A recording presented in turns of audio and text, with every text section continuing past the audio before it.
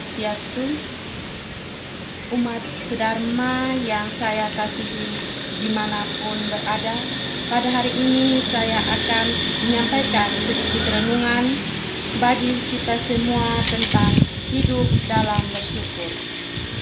Umat sedharma yang dikasihi Brahma, sudahkah kita bersyukur hari ini? Masih ingatkah kita kapan terakhir kali bersyukur kepada Tuhan? Banyak dari kita tak menyadari bahwa sudah lama kita tidak mengucapkan kata syukur lagi kepada Tuhan, atau kita tidak pernah merasa bahwa segala apa yang kita dapat perbuat adalah hasil usaha dan kerja keras kita. Jadi, untuk apa lagi kita bersyukur kepada Tuhan?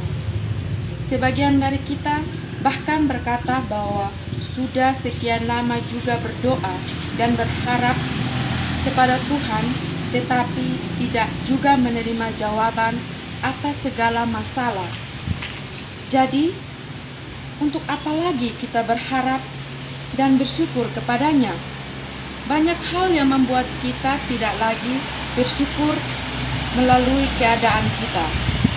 Yang pertama masalah yaitu masalah pekerjaan. Dalam hal ini, ada yang sudah memiliki pekerjaan bagus, sudah memiliki segalanya, tetapi masih saja bersungut-sungut dan mengeluh kepada Tuhan. Padahal jika mau dilihat, masih banyak dari kita yang di luar sana tidak memiliki pekerjaan. Yang kedua, masalah keluarga. Banyak dari kita yang terkadang masih mengeluh dengan keluarga yang kita miliki. Ayah atau suami yang jahat, ibu atau istri yang tak peduli, saudara yang sombong, serta anak yang tak berbakti. Sebenarnya, semua itu bisa kita hadapi dengan cara berpikir yang baik.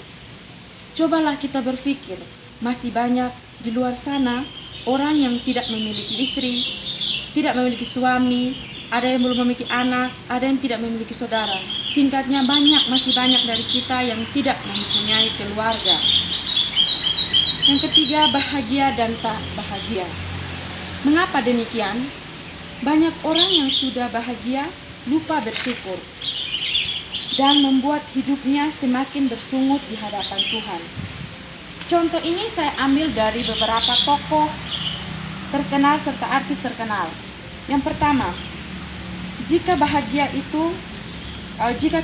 ketenaran itu bisa membuat seseorang bahagia, pasti Michael Jackson tidak akan meminum obat tidur setiap malam hingga akhirnya overdosis. Yang kedua, jika kecantikan membuat seseorang bahagia, Marilyn Monroe yang dijuluki wanita tercantik kalanya tidak akan meminum alkohol dan obat depresi yang menyebabkan overdosis. Yang ketiga, jika kekayaan bisa membuat seseorang bahagia, tentunya Adolf Merkel, orang terkaya dari Jerman, tidak menabrakkan dirinya sendiri ke rel kereta api. Yang keempat, jika kekuasaan bisa membuat seseorang bahagia, maka tentu Getúlio Vargas, presiden Brasil, tidak akan menembak jantungnya sendiri. Yang kelima, jika kebahagiaan itu ada di suatu tempat, pastinya belahan lain bumi ini akan kosong karena semua orang kaya akan berkumpul di sana. Jika kebahagiaan itu bisa dibeli, pasti orang kaya akan membeli kebahagiaan dan memborongnya sampai habis. Ternyata bahagia dan tidak bahagia hidup seseorang itu ditentukan oleh sikap orang itu sendiri. Karena antara bahagia dan tidak bahagia derajatnya sama. Intinya adalah, maukah dan sudahkah kita bersyukur atas semua hal yang telah kita miliki? Umat sedharma yang dikasihi Brahma, masih banyak dari kita yang bersungut-sungut di hadapan Sang Yang Widiwasa. Bahkan ada atas apa yang kita alami saat ini. Kita belum mendapatkan apa yang kita inginkan. Tetapi cobalah kita lihat, masih banyak orang lain yang lebih menderita dari apa yang kita alami saat ini.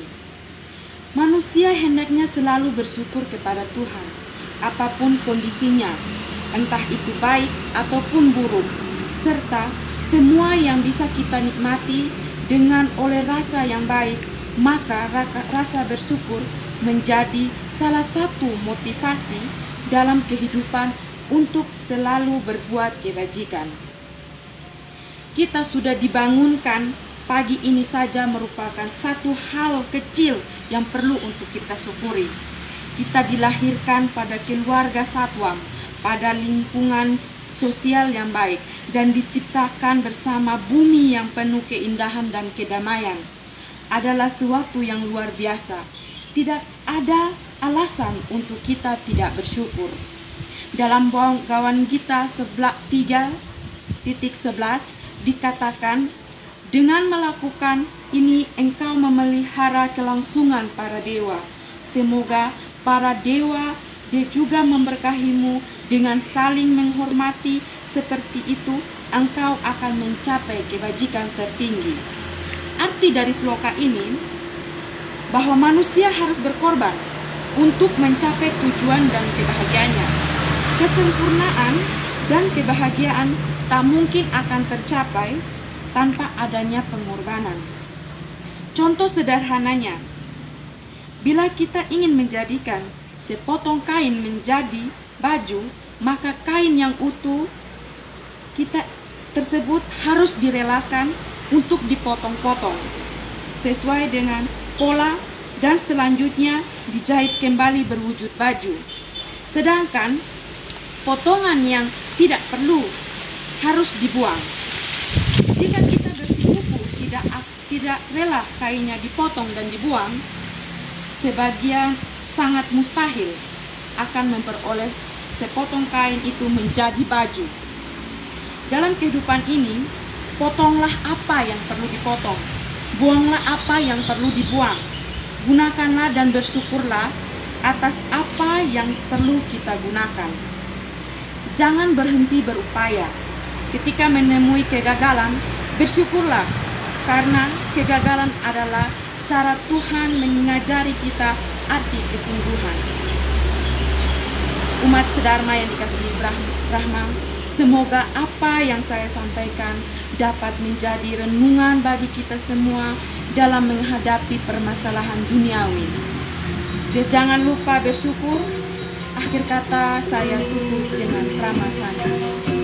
Om Santi Santi Santi.